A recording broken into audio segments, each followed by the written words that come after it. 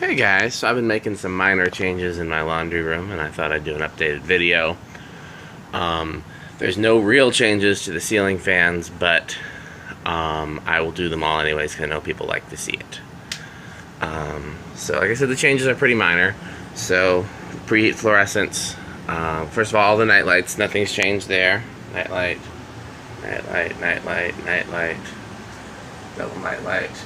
You can now, because I moved some furniture around, you can now get a clearer look at these, but we'll get to that in a bit. So this is still here, my preheat conversion over the cabinet fixture,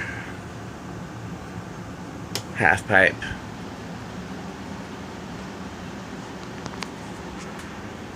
These two, and I'm still toying about moving this one. So you can comment if you care. And we'll get there in a second. This one's still there, but I added another preheat fixture under the furnace ducting there. So we'll get to why that is in a second. So we'll do the fans.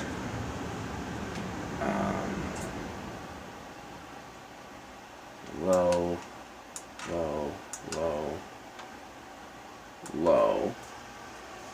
Okay, so this one occasionally won't start on low depending on where it is in the both of these two. Like they have a little rough spot. So, which brings us to what we've been working on. There's medium, off. I'll show you because it'll start on low depending on where it is, and I really don't feel like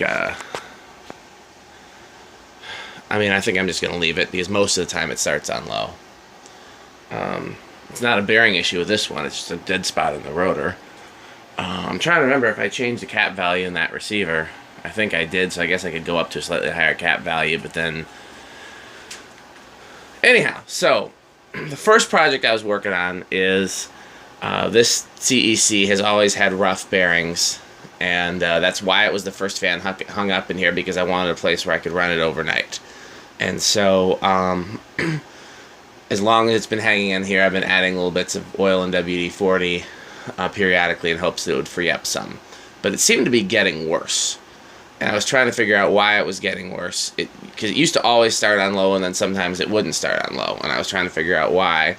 And what had turned out was happening is I was continuing to add WD-40. And WD-40 is very good if you have dirty bearings, and if you have rusty bearings, it'll get rid of both of those. And if you have existing grease, it's dried up, it'll loosen it up. But it's not going to do a whole lot beyond that. And so what had happened was I think I'd finally gotten rid of all the dirt and rust, and the WD-40 was not helping anymore. So, and I was putting oil, but I wasn't putting enough oil to get where it needed to get. So what I ended up doing is I ended up filling the entire housing with oil, letting it run, letting the oil spray out. You can kind of see it along the wall there. That'll eventually fade, but... and then did the same thing again with WD-40 and again with oil, and then it still wasn't performing how I wanted it to, so I did it with lithium grease, and the combination of all those things, it's now silent. It's not making bearing noise anymore, which is great. It still sometimes won't start on low, just like this one, but it is a rough spot in the bearings, not a dead spot in the rotor. So if I want that one to start on low and even have a faster low, or excuse me, slower low, all I would have to do would be open it up and replace the bearings, which, as you know, is a pain. I think cast industrials are probably the biggest pain to replace the bearings out of any fan. So, yeah. So that was my first project, and you can see that there's oil all over the place. I've been cleaning it up as I go along because, you know, that's part of why I hung it in here in the first place, is so that I could have a place where I could do that. Just took all my clothes out and, you know, mopped the floor afterwards and everything. So that's been one of my projects. And it's kind of unrelated to the other project. So let's do everything. Okay, well, we'll get to the other project first. So, as some of you saw in one of the groups, I bought this childhood Eskimo. My childhood one is actually a Manning Bowman. And the difference with the Manning Bowman one, I don't know if you can see the back of it. The Manning Bowman one had the vertical motor support instead of horizontal.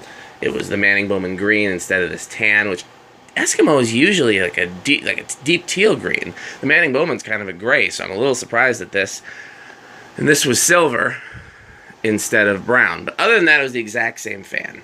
And if you want to see that fan, I have it in a video. If you search my videos for Manning Bowman MOB T1, it's in there. And unfortunately, it's the exact one from my childhood. It was in my 3rd grade classroom. No, it wasn't. It was in the classroom next to my 3rd grade classroom, and every time I would walk by, I was fascinated because it had a pilot light. And why does that fan have a light on it? I thought it was so cool. And eventually, it disappeared, and then my 4th grade class moved into the room that it was in, but the fan wasn't there anymore, and I was so upset. And at some point, I asked the janitor, custodian, maintenance guy if I could fix some of the fans, and he showed me that one, and it was in a back room, and it didn't work. It took me ever to figure out what was wrong with it. I tried replacing the switch. I tried everything I could think of, and what ended up being wrong with it was that the cord was shorted inside the little plastic grommet where it goes into the support, and I couldn't see the short, so I ended up trying everything else, and finally that's what fixed it. But I tried a new switch. I tried, everything I could think of. And it was in really rough shape. The grill was busted, and the paint was terrible, so I told myself I was going to restore it, and I called myself repainting it. So what I did is I went to this place called Clean Sweep that gives away leftover house paint. And I got a bunch of different colors of house paint, and I mixed them together to make the Manning Bowman gray. And, yeah, so if you can imagine, that's a pretty terrible paint job. So what it needs is it needs to be stripped and sandblasted and then repainted in just whatever gray color is close enough. And then the guard would still be busted. So anyhow, I had the opportunity to buy this one on eBay that was very, very close, the closest thing I've ever seen. I've got a few in the museum that have the same guard, but the controls are on top or whatever other things are different. So I jumped at the chance. And I made an offer on it, actually, and I think they came back with a counteroffer, and the counteroffer was halfway between, so I was fine with it. Because it was a lot for me to pay for a box fan. I normally don't pay more than like 20 bucks for a box fan, maybe 50 if it's something from another collector that I really desperately want. And this was definitely more than, well, my offer was 50, and they came back with a counteroffer that was pretty close to that, so it wasn't that bad. But that's kind of a lot for me. So I was, big deal to get it, but it's super clean. There's a little bit of rust on the bottom, but that's it. Other than that, and there's like a couple breaks down here. Other than that, it's ridiculously clean. And so what I have it is I've got it set to low with the thermostat engaged so that right, whatever the temperature it is in here right now, it'll shut off. So if it gets hot in this room, it'll just kick on. And so that's what prompted my next project, because I was trying to find a place to put it in here. But we'll talk about that in a second. I'm going to go through the speeds on this. So let's engage the thermostat. We'll go through this on the speeds just like the other fan. So now everything's on low. I guess I could put the air purifier on low too. It is? Yeah, it is. It's not really a fan though. You can't really see anything. Okay. So let's do the mediums. Medium, medium, medium, medium.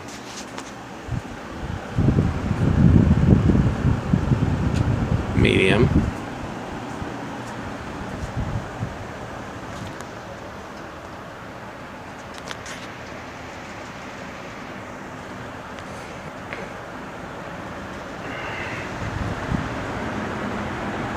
High, high, high, high.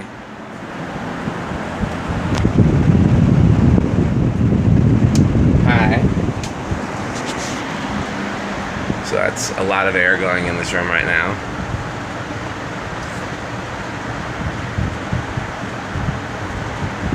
Okay, so spin down.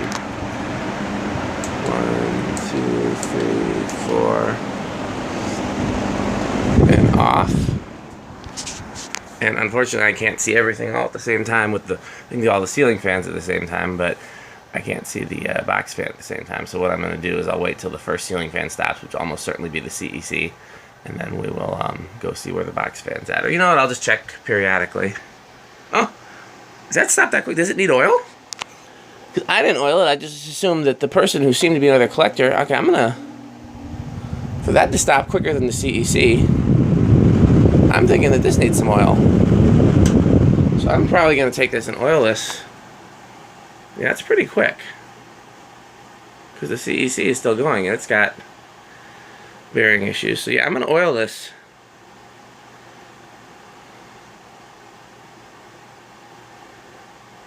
Yeah, that needs some oil. Okay, well, I'm glad I noticed. I've never actually ran it on high before. I just plugged it in and used it. But luckily, I've got all kinds of oil down here.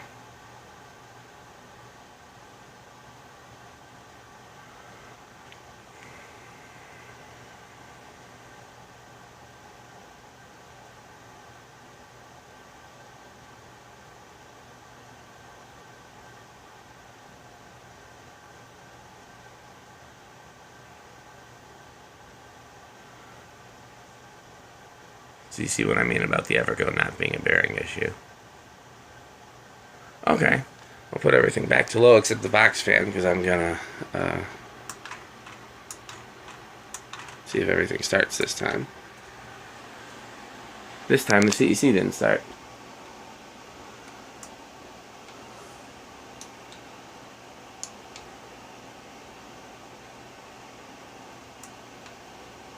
Still not, huh? I'm putting it to medium and then back to low after it stops so that I can see. Yeah, see there, it will start. So yeah, so what happened was I bought this and my wife asked me, she said, "Are you going to put that in the museum?" And I said, well, I'd really like to actually have this one around my house because there's similar ones in the museum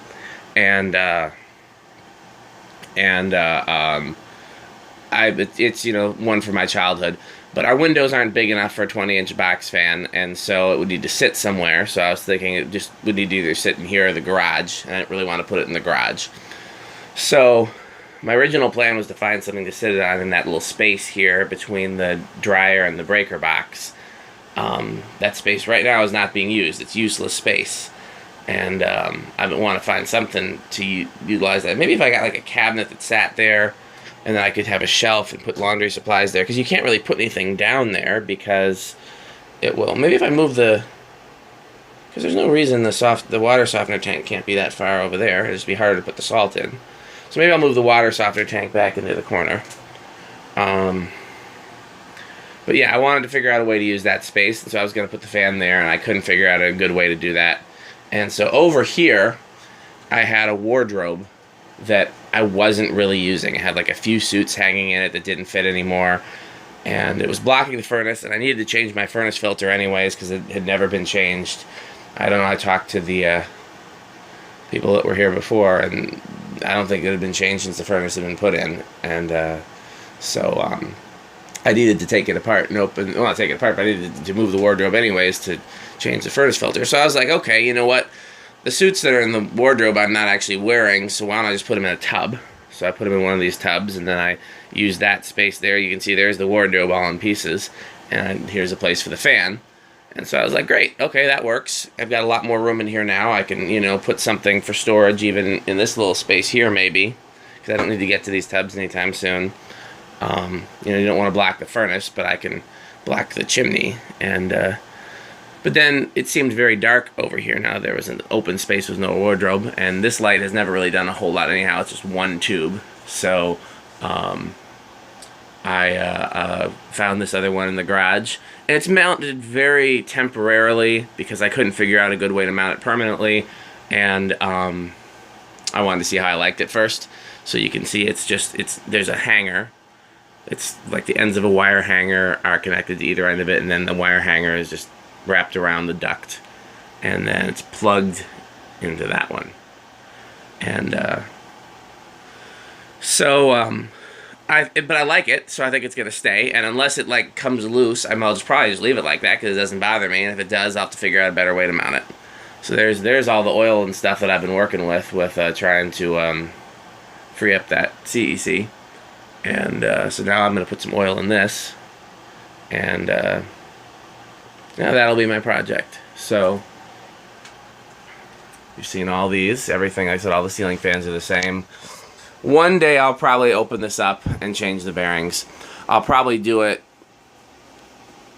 whenever metal Pete's caught up on stuff, because then if it needs to be repainted, he can do that. You know, sometimes when you open these, you chip the paint because there's no other way to pry them open.